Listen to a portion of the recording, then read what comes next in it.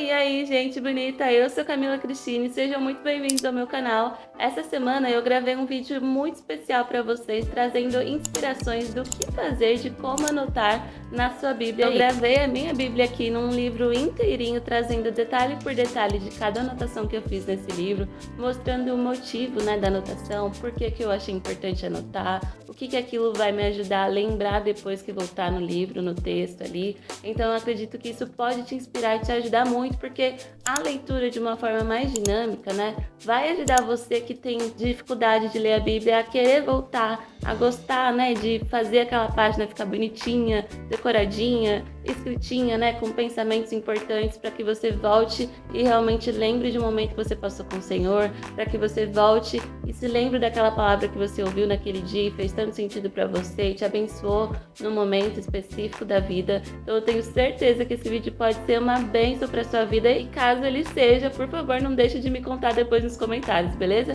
Bora pra lá sem enrolação, vamos entender tudo que eu fiz aí, detalhe por detalhe nesse livro. Bom, galera, vamos então olhar tudo aqui por dentro do meu livro de Romanos. Meu, porque é da minha Bíblia, tá bom? Então vocês percebem que essas primeiras páginas estão bem apagadinhas, sem vida, sem cor, e vou aproveitar esse momento aqui enquanto eu falo com vocês para já deixar ele um pouquinho mais animadinho, né? Vou botar uma cor aqui nas partes que eu já destaquei.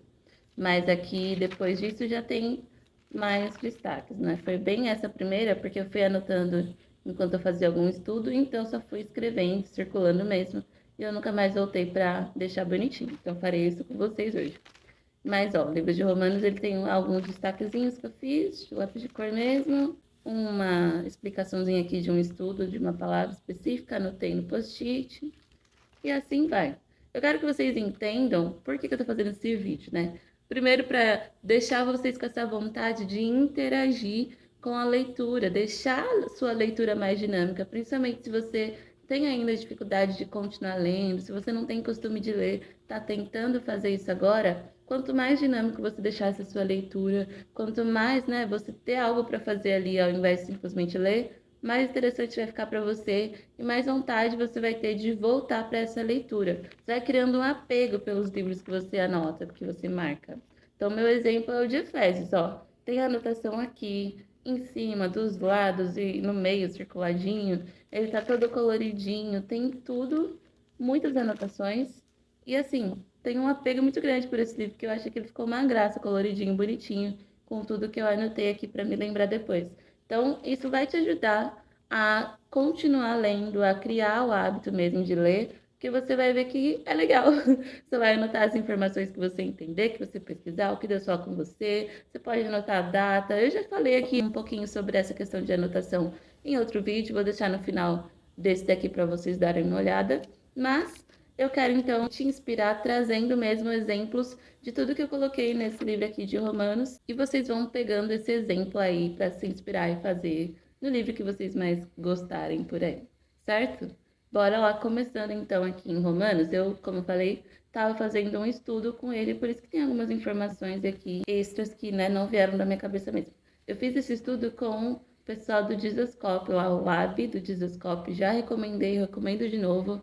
É um estudo que eles fazem lá na igreja, nem sei se eles continuam fazendo, mas eles sempre postavam. Então, só você entrar no canal do Jesuscope, procurar a playlist Lab, que é Lendo a Bíblia, e aí você vai ter estudos de vários livros, bem detalhadinho, é perfeito. Eu amo. E aí eu fiz aqui de Romanos, então. Primeira coisa que eu coloquei aqui, ó, que essa escrita, né, dessa carta foi entre 56 e 58 depois de Cristo. E aqui uma observação lá que o professor estava falando no dia é que Agostinho de Hipona se converteu através dessa carta. Martinho Lutero, John Bunyan, John Wesley e Samuel Taylor também. Todos eles, depois de lerem essa carta, né, foram assim sentindo de fato que o Senhor estava chamando eles e acabaram se convertendo.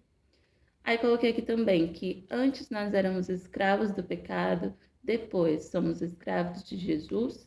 Salvação é presente e não um prêmio. O que tem muita diferença, né, galera? Muita gente fica tratando a salvação como um prêmio, então ela fica tentando merecer, né? Fazer por merecer. Ah, eu preciso ler a Bíblia, eu preciso ser mais parecida com a Camila, porque de repente, desse jeito, o Senhor vai se agradar mais de mim e eu vou ser salvo, né? Tem gente que fica com essas paranoias. Não, Não é porque eu fico mostrando aqui a Bíblia para vocês e compartilhando devocionais que eu sou santa maravilhosa. Não, não caiam nessa ilusão.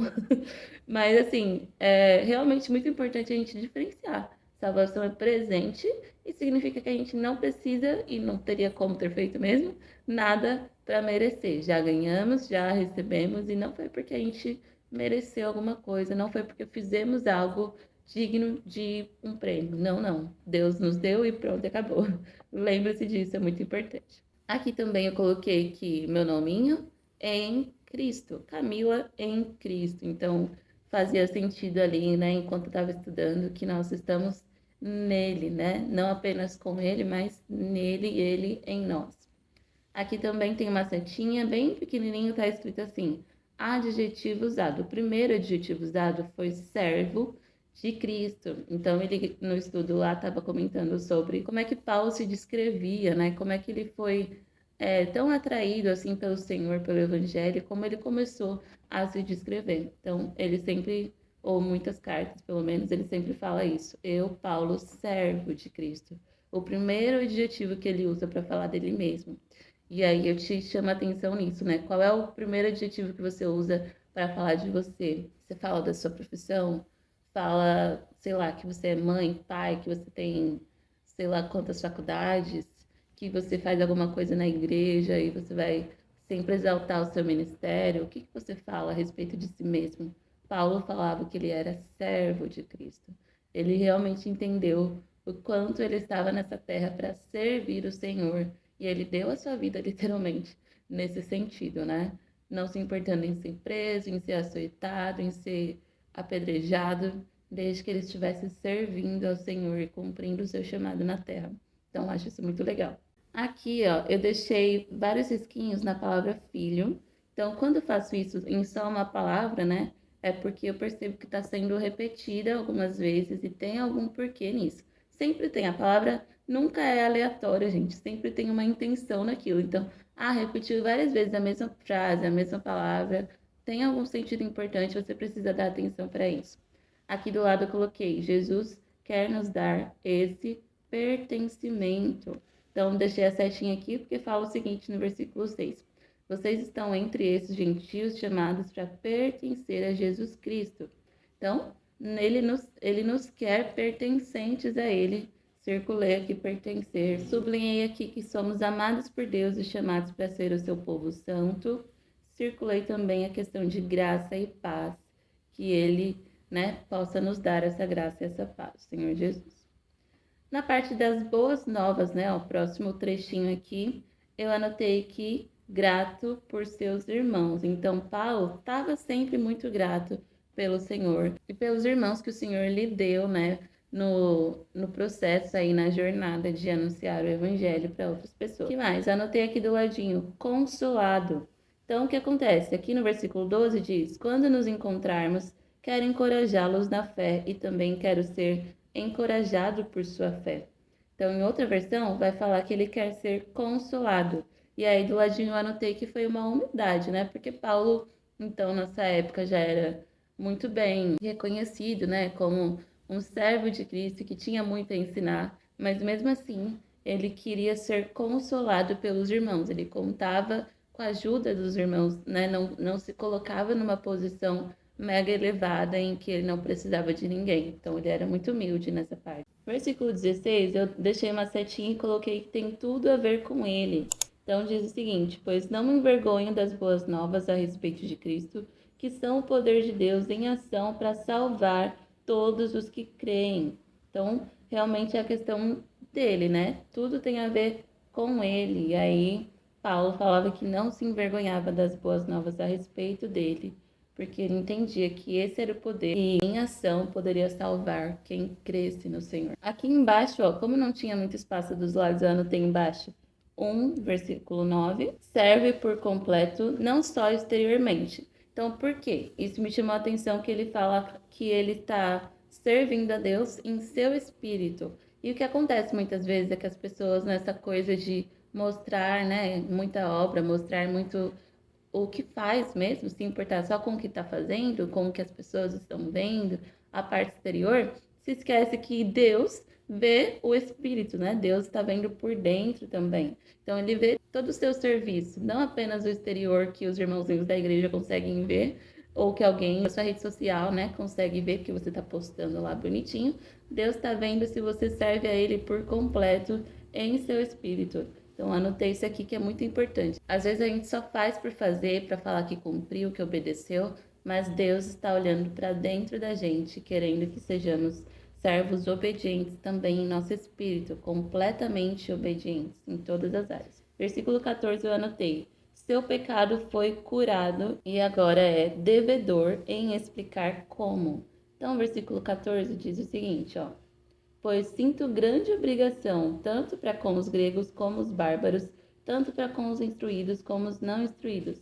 Então, a interpretação aqui, né, dessa questão de sentir obrigação é porque, já que ele foi alcançado por essa graça, por essa bondade, esse amor do Senhor, ele percebe que é devedor de explicar como isso aconteceu na vida dele e como outras pessoas podem passar pela mesma coisa. Então, eu sempre coloco tudo no cantinho também. Aqui eu circulei a ira de Deus e eu coloquei: quem ama determina limites. Então, o Senhor se ira muitas vezes com a gente porque Ele nos ama e é por isso que Ele determina alguns limites para a nossa vida. Depois, coloquei que contemplação é super importante. Então, aqui o versículo vai falar: ó, podem perceber claramente seus atributos invisíveis. Então, tem muita coisa que a gente consegue perceber do Senhor olhando para a vida, né? Para o que ele criou, para as pessoas que ele criou, para a natureza, para os animais. Então, contemplação é muito importante, anotei isso. Coloquei aqui que essa parte de desejos pecaminosos, em outras versões vai falar que são impurezas sexuais. No versículo 25, ele termina a frase falando amém. E aí eu anotei: pausa para adorar e reconhecer ao Senhor.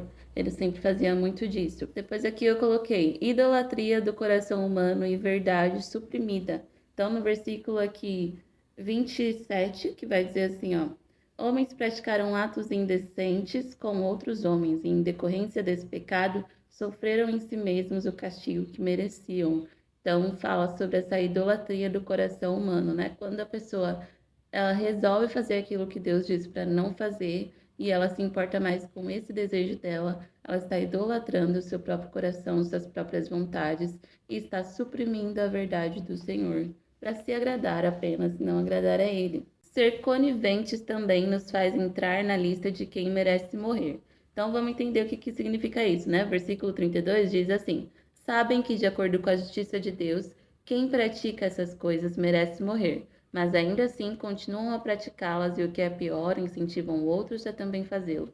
Então, essa questão de você ser conivente com uma coisa que você sabe que não vem do Senhor, que não é aquilo que Ele direciona, né, que não agrada a Ele, também nos faz entrar nessa lista de quem merece morrer, né, porque você está contribuindo para outras pessoas continuarem mais afastadas ainda do Senhor, ao invés de fazer o oposto. Próxima parte, nos trechinhos aqui do lado, anotei, capítulo 2, ó.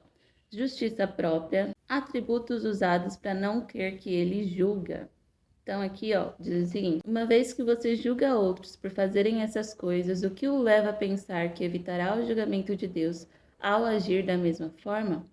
Então, a gente acaba usando alguns atributos para não crer que ele vai nos julgar, mas se você julga outros por fazer algumas coisas, que nos leva a pensar, então, que evitaremos o julgamento de Deus se fizermos a mesma coisa. Às vezes a gente tem essa sensação de que, né, só vai apontando para o amiguinho do lado, se esquece de olhar para si mesmo e ver que o Senhor também está julgando as nossas ações, as nossas atitudes, a nossa forma de viver. Aqui vai dizer só 2 tipos de pessoas, nada no meio. Então, diz o seguinte, versículo 6: ele julgará cada um de acordo com os seus atos. Então, não tem meio termo, né? Ou você fez uma coisa que agradou ao Senhor, ou você fez algo que desagradou. E pronto, será julgado por isso. Circulei aqui: Deus não age com favoritismo, é sempre importante lembrar disso. Anotei aqui João 5:22, Jesus vai julgar tudo. Então, em João 5 tem alguma coisa a ver com esse pedacinho aqui. Anotei também intenções ou motivações na parte que diz o seguinte: no dia em que Deus julgar os segredos de cada um. Então, em outras versões, vai falar as intenções ou motivações de cada um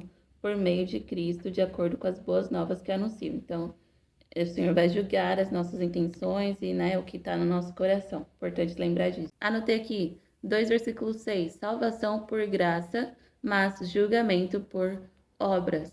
Então, nós fomos salvos pela graça do Senhor, mas sim seremos julgados por nossas obras, por aquilo que a gente faz. Então, não adianta ficar, né, se apoiando numa super graça em que, nossa, agora eu estou salvo e glória a Deus por isso eu posso fazer o que eu quiser, porque as suas obras sim serão julgadas. Então tem esse pequeno dilema, né, entre obras e salvação simplesmente pela graça. Sim, somos salvos pela graça, mas sim, nossas obras contam para o Senhor e a gente não pode relaxar achando que tá tudo certo, fomos perdoados e não importa o que a gente faça agora. É bem importante isso daí. Aqui eu circulei, ó, que as pessoas tinham orgulho da nacionalidade deles, né? Ó, você que se diz judeu. Então, o povo judeu muitas vezes tinha esse orgulho. Não, mas eu sou judeu, sou do povo que o Senhor ama e tal. Isso não quer dizer muita coisa, né? Então, esse orgulho extremo não nos ajuda, geralmente vai nos atrapalhar. Aqui do ladinho eu anotei: o orgulho de ter conhecimento da lei, ser povo escolhido, ter decisões éticas, ser instruído na lei, de guiar outros, igual moralismo, religiosidade, justiça própria. Então, essa questão de, eu sou judeu, quer dizer o quê? Não, eu sei de toda a lei, eu decorei todas as 600 e não sei quantas leis. Eu tenho decisões muito éticas, olha como eu sou bom, olha como eu sou isso e aquilo, né? Se torna um orgulho tão grande no seu coração que você vira moralista, religioso demais e fica nessa coisa de justiça própria, que não tem nada a ver com o povo de Deus de fato. Ele não espera que sejamos esse povo orgulhoso, cheio de justiça própria, não. Precisamos sempre nos apoiar nele e no que vem dele, não no que a gente consegue fazer com a nossa própria mão. No finalzinho aqui embaixo, anotei que o pior pecado é a graça de Deus ser rejeitada e que o juízo faz parte do evangelho. Então, a gente realmente não deve ser essas pessoas que ficam apontando o dedo na cara das pessoas e falando que elas vão para o inferno. Isso aí não vai ajudar muita coisa. Mas a gente não pode esquecer que sim, faz parte do evangelho esse juízo de Deus. Então, se a gente não andar de acordo com o que ele nos direciona em sua palavra, nós teremos sim, receberemos esse juízo, faz parte disso, né? Então é importante lembrar. Aqui do 9 até o 18 do capítulo 3, o subtítulo diz que todos são pecadores, e eu anotei aqui uma coisa que eu vi num livro. Então a moça estava falando sobre essa coisa de tudo que a gente não é, de quão pecadores nós somos no livro, e aí ela fala para a gente trocar o nome dessa parte que está escrito ninguém para o nosso nome. Então, eu coloquei Camila não é. E aí, várias setinhas para tudo que diz aqui. Então, a Camila não é justa, não é sábia, não faz o bem, ela se desvia, se tornando inútil muitas vezes. Ela pode ter uma conversa repulsiva. A Camila pode ter uma língua cheia de mentiras. O que mais a Camila pode ser? Ter uma língua, né, que destila veneno de serpentes. Posso ter uma boca cheia de maldição e amargura. Eu posso me apressar em cometer homicídio e por onde passar deixar destruição e sofrimento. Eu não sei onde encontrar a paz e não tenho o menor temor de Deus. Então, tudo isso é a Camila sem o Senhor, a Camila sem o Espírito Santo. É totalmente predisposta a ser tudo isso daqui. É forte, né? Falar que eu, Camila, me apressaria em cometer homicídio. Eu, Camila, sou aquela que sou inútil, que me desviaria do Senhor facilmente, né? Eu, Camila, tenho uma conversa repulsiva. Parece muito forte quando a gente fala isso, mas é isso que está falando aqui. Ninguém é. Então quer dizer que eu também não sou justa. Nenhuma pessoa no mundo é, né? Nenhum sequer diz aqui. Então é muito legal em trechos como esse a gente colocar o nosso nome, porque fica muito mais real para a gente perceber. Eu sou isso daqui e sem Deus eu vou continuar sendo isso daqui, ó, que desgraça, né? Então, por exemplo, quando a gente fala lá, o amor é paciente, o amor é bondoso, o amor é isso e aquilo. Tenta colocar seu nome nesse versículo. A Camila é paciente, a Camila é justa, a Camila consegue esperar, né, em amor. A Camila, você consegue olhar para um texto como esse, ou como aquele de Coríntios que fala do amor, e realmente perceber que você é tudo isso, ou que você não é tudo isso, enfim. Isso ajuda a gente a se colocar ainda mais dentro da mensagem e buscar viver aquilo, aplicar aquilo na nossa vida no dia a dia. Versículo 19 eu coloquei aqui numa setinha, calar a boca. O que quer calar a boca? Ó? É evidente que a lei se aplica àqueles a quem ela foi entregue, pois seu propósito é evitar desculpas e mostrar que todo mundo é culpado diante de Deus. Então, o propósito da lei, no fim das contas, era evitar essas desculpas, calar a boca de quem a achava, né, que era super maioral ali na questão das leis, porque é evidente que a gente não consegue cumprir todas elas, né?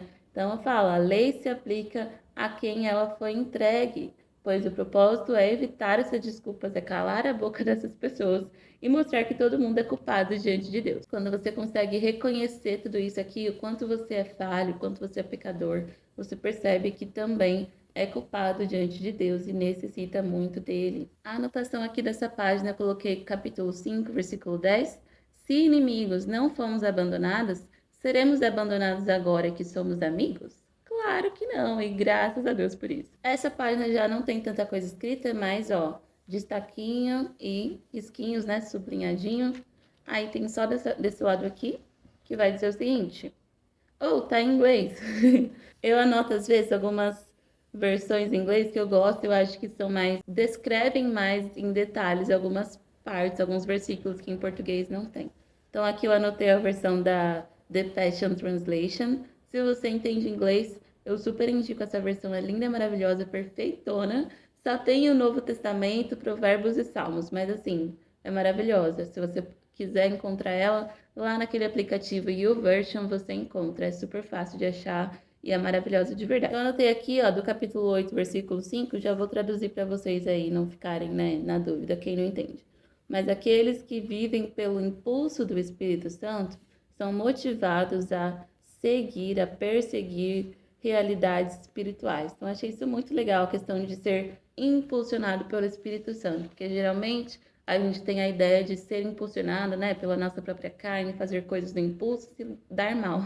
Mas a gente pode trocar esse impulso pelo impulso do Espírito Santo, ser guiado por ele em tudo, e então seremos motivados a perseguir realidades espirituais. Fala se você não quer isso para sua vida, né? Ter um dia a dia em que você persegue realidades espirituais, que você está de olho naquilo que o Senhor está fazendo, que você consegue ser controlado pelo Espírito, impulsionado por Ele a fazer coisas que sozinho você não faria. Essa parte do capítulo 8 tem todo o meu coração, que fala sobre sermos adotados pelo Senhor, sermos filhos dele. Isso para mim tem muita importância mesmo quando eu descobri que eu era filha de Deus e que se de repente meu pai, né, falhasse comigo aqui na terra, tava tudo bem, porque eu tinha essa paternidade dos céus sobre mim.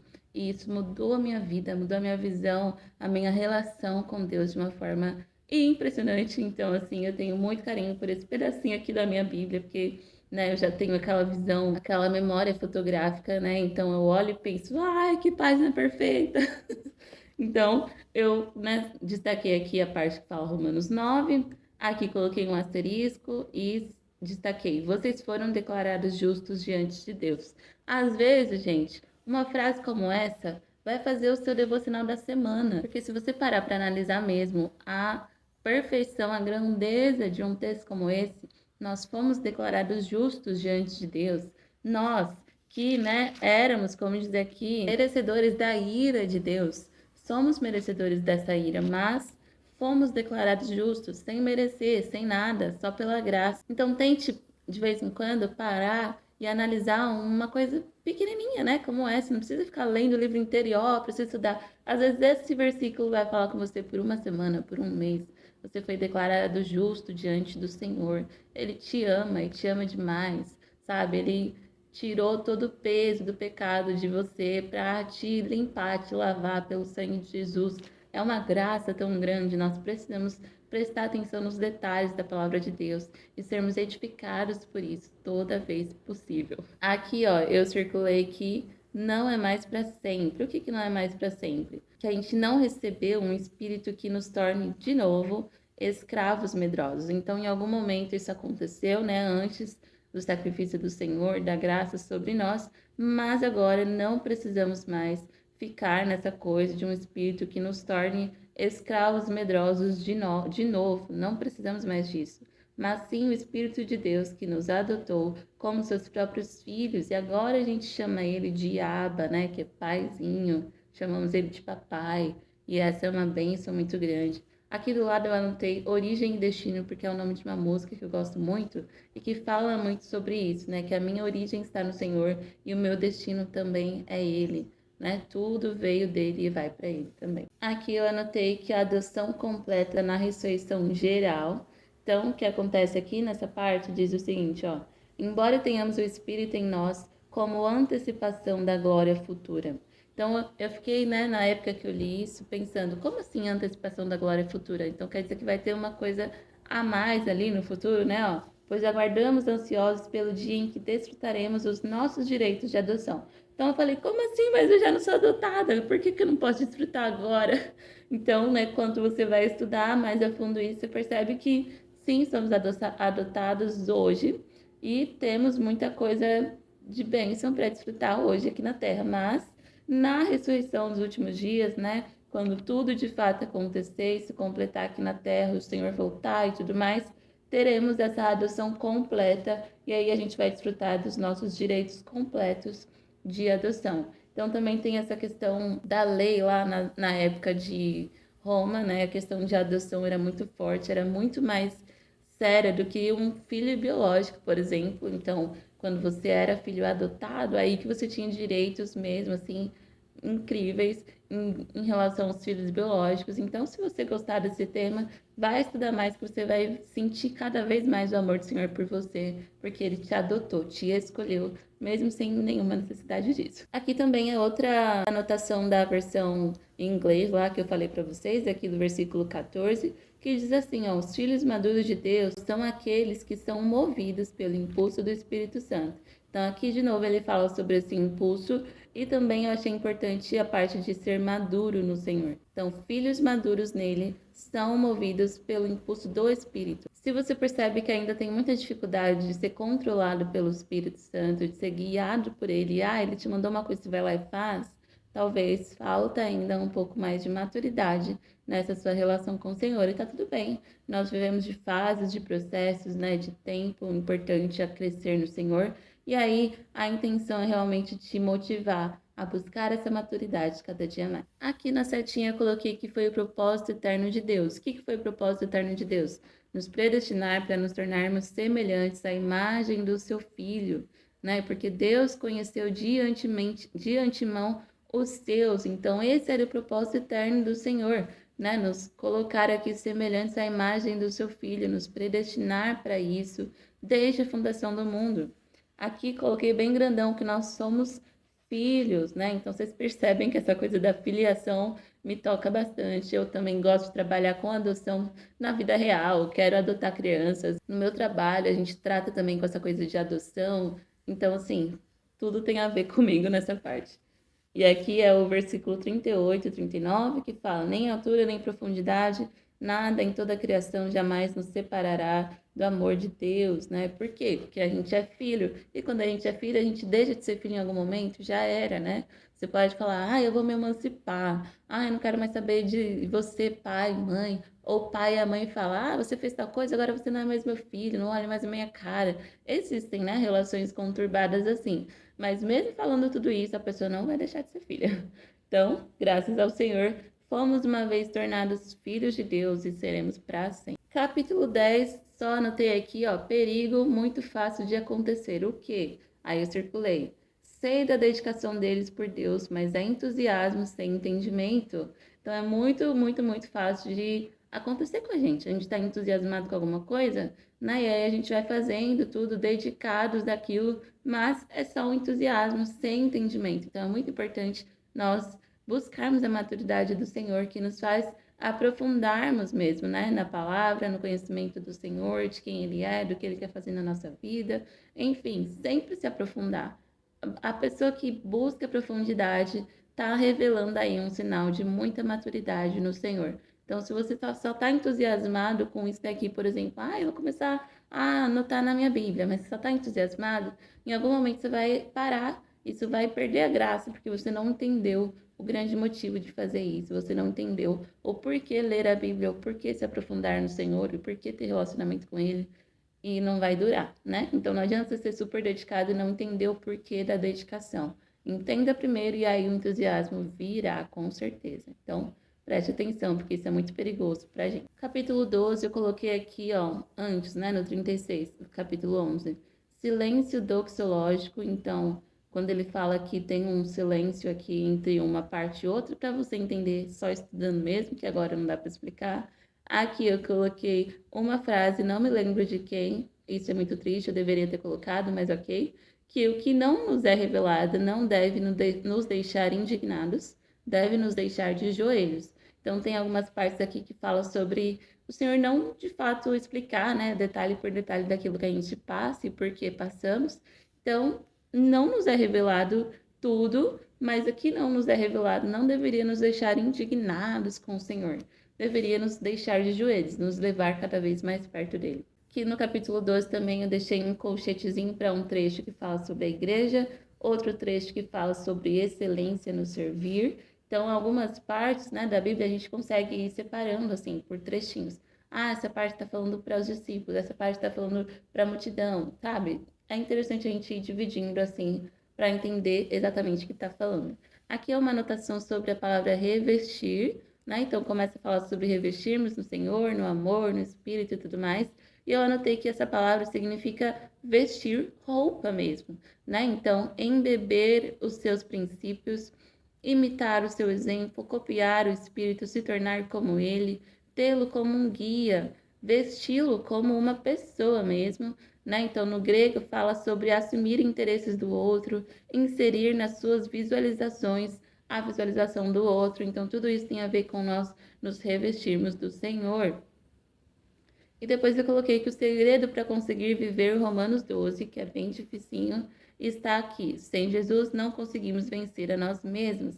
Então, para você ter esse sacrifício vivo que vai falar aqui, você precisa estar revestido do Espírito Santo, do Senhor, senão não vai dar certo. Chegando nas últimas páginas aqui, nós temos capítulo 15. Nos versículos 5 aqui eu anotei que é: unidade da igreja depende da busca pelo Senhor Jesus. Somos diferentes, mas todos o amamos. Então, essa parte da unidade, né, de sermos diferentes, cada um tem um dom, cada um tem uma habilidade, cada um pensa de um jeito, mas isso faz parte da igreja do Senhor. Nós precisamos ser unidos, apesar da diversidade, né, de cada um. Todos nós o amamos, então precisamos encontrar essa forma de estarmos sempre juntos. Versículo 7 vai dizer sobre como Cristo nos aceitou, né? A gente aceitar uns aos outros como ele também nos aceitou um dia. E aí eu coloquei na setinha com paciência, amor e consolo, né? Então, provavelmente isso estava em alguma outra versão, e é importante a gente lembrar disso. Nós fomos aceitos pelo Senhor um dia. Então, nada mais justo, né, de que olharmos como nossa obrigação aceitar os outros no amor do Senhor, na paciência e tudo mais.